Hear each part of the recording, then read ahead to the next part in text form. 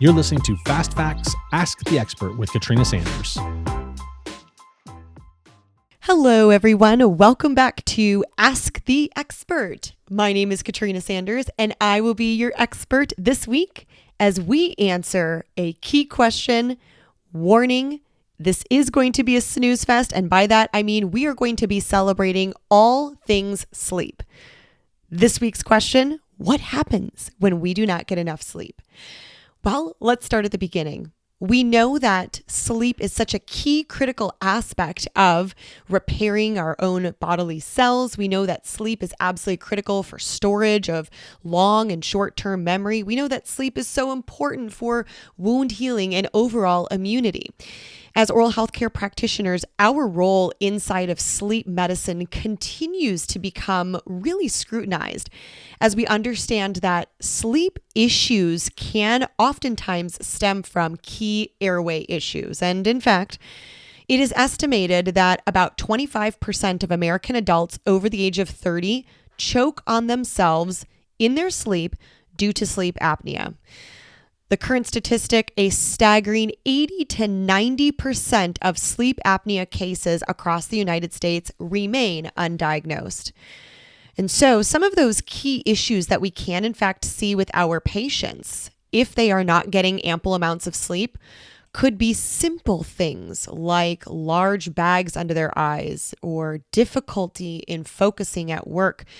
In our youth, this could even be a decline in their school performance or grades. We've been able to even track behavioral pattern complications like ADHD, anxiety, or even systemic issues, things like asthma, psoriasis, hypertension, diabetic complications, and GERD. The list goes on and on.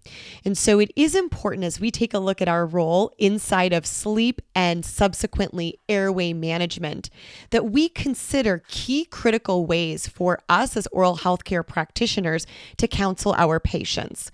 One short, simple, and easy way for us to consider this is to utilize what our medical providers call the stop bang approach. STOPBANG. S stands for, do you snore? T stands for, do you feel tired, fatigued, or sleepy? O stands for, has anyone observed you stopping breathing throughout the night? P stands for high blood pressure. B stands for BMI. For our patients who have elevated BMI, we know that this certainly could potentially point to obstructive airway issues. A stands for age. As patients step over that age of 50, their risk for obstructive sleep apneas increases. N stands for neck circumference. That's right. If it is challenging for you to close those flaps of that lead collar apron when you're taking radiographs because the patient's neck circumference is so large, you might want to indicate or rather question your patient about other potential sleep or airway issues. And finally, G, gender. The male gender is far more prone or predisposed to potential sleep airway complications.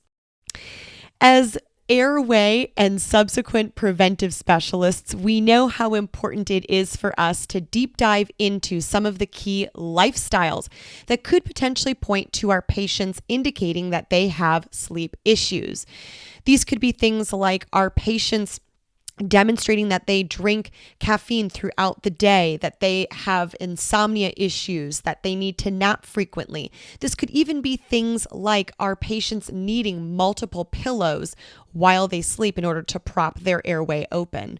So there are a whole host of ways that we can potentially screen for sleep issues. And at the end of the day, we know that if our patients are not acquiring ample amounts of sleep, not only does it impact their lifestyle, relationships, their performance at work, their concentration, their daily function, but it also elevates their risk for a whole host of key concerning systemic chronic issues.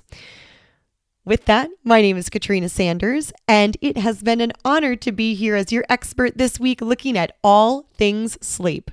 Remember, your patients are trusting you to help advocate for them. Please feel free to reach me on Instagram at The Dental Wine Hygienist or on my website, www.katrinasanders.com. Cheers. Thank you for listening to Fast Facts Ask the Expert. If you have a topic you'd like one of our experts to answer, simply email me, Andrew at ataleoftoahygienist.com, and we will get it on the air as soon as possible. Thanks for listening.